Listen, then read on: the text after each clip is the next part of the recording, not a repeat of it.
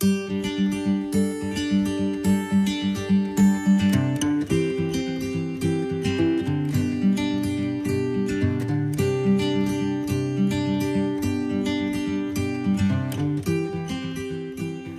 Pox বা জলবসন্ত খুবই সংক্রামক একটি রোগ। ভ্যারিসেলা জস্টার নামে একটি ভাইরাস থেকে হয়ে থাকে। ব্লিস্টার বা গুটি ছোট ছোট ফুসকুড়ির মতো হয়। মেইনলি শুরু হয় কান বা মুখমণ্ডল থেকে, শরীরে ছড়িয়ে পড়ে, তারপর বাহুতে ছড়ায় সাধারণত। এয়ারবর্ন অর্থাৎ হচ্ছে আপনি কাশি দিবেন, স্নিজ করবেন, অথবা ডিরেক্ট কন্ট্যাক্ট, টাচ করলেন কারোর সাথে সেই সংক্রমণ সময়ে, সেই ক্ষেত্রে এগুলো হবে। সাধারণত র্যাশ ওঠার 2 দিন আগে থেকে শুরু হয় এই সংক্রমণের স্টেজ, এবং র্যাশ ওঠা শুরুর পরেও 4 থেকে 5 দিন থাকে। তারপরে যখন র্যাশ ওঠার পরে, ব্লিস্টার ওঠার পরে যখন ক্রাস্টেড হয়ে যায়, শুকায় আসতে থাকে, তখন এটা কন্টেজিয়াস টাইমটা পার হয়ে যায়। তখন আর এটি সংক্রমণ হয় না সাধারণত।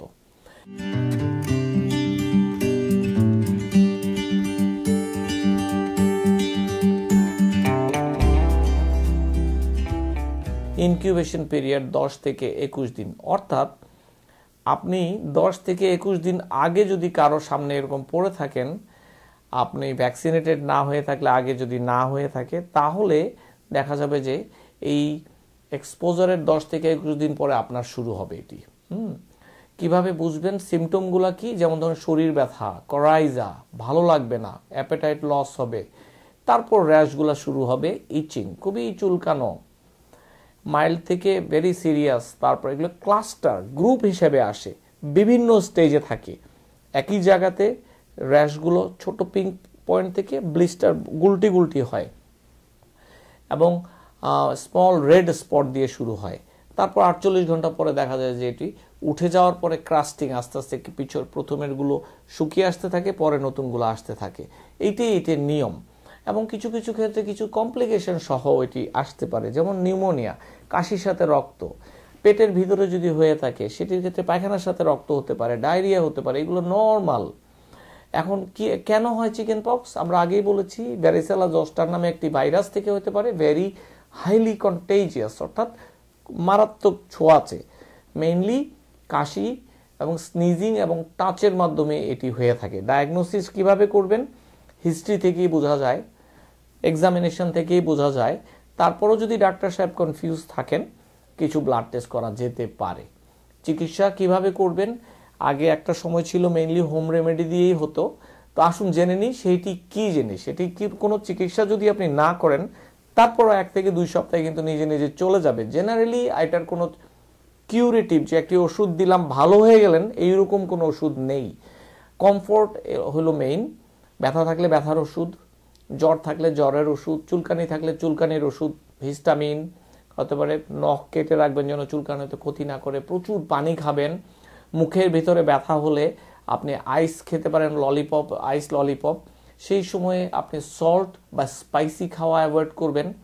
অ্যান্টিভাইরাল কিছু মেডিসিন আছে, দেওয়া হয় সাধারণত এটি যেন আর সিরিয়াস ফরম্যাটে না যায় সেই জন্য দেওয়া হয়, অথবা প্রেগনেন্সিতে প্রথমেই দেওয়া হয়, এবং যারা নিউবর্ন নতুন জন্মেছে তাদের ক্ষেত্রেও দেওয়া হয়, অথবা যদি এই রোগটি ধরা পড়ার 24 ঘন্টার মধ্যে ডাক্তারের কাছে যান, দিতে পারে। অথবা ইমিউনিটি কম, কিমোথেরাপিতে রয়েছে, বৃদ্ধ বয়স্ক, তাদের ক্ষেত্রে আমরা এই অ্যান্টিভাইরাল মেডিসিনটি দিয়ে থাকি।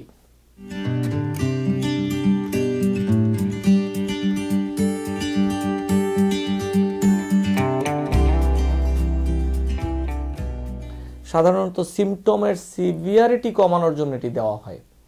ইমিউনোগ্লোবুলিন নামে একটি চিকিৎসা রয়েছে, অনেক দামি একটি ওষুধ, সব জায়গায় পাওয়াও যায় না।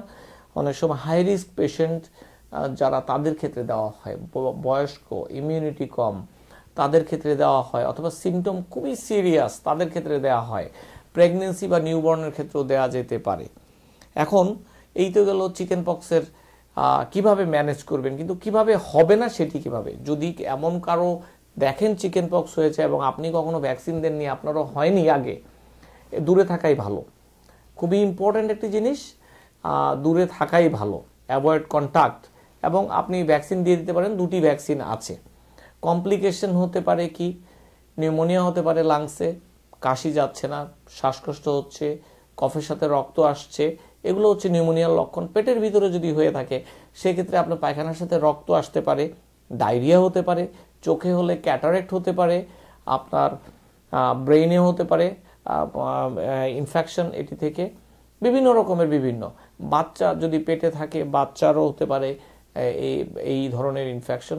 যাই হোক, এটি এত কমন একটি সমস্যা, আমি মনে করি যে চিকেন পক্সের ভ্যাকসিন নিয়ে নেওয়াই ভালো। যদি আপনি হাই রিস্ক মানুষ হন, ডাক্তার বা হসপিটাল সেট আপে কাজ করেন, আর্মিতে কাজ করেন, নিয়ে নেওয়া উচিত। অথবা আপনি ভলান্টিয়ারিলিও নিতে পারেন ভ্যাকসিন। আপনার ধরুন এইটি স্বাস্থ্যগতভাবেও তো হেল্পফুল আপনার জন্য। তো যাই হোক, আপনি যদি কনসার্ন থাকেন যে কিভাবে আপনি এটি থেকে বাঁচবেন, ফলো করুন এগুলোকে, নিশ্চয়ই ভালো থাকবেন।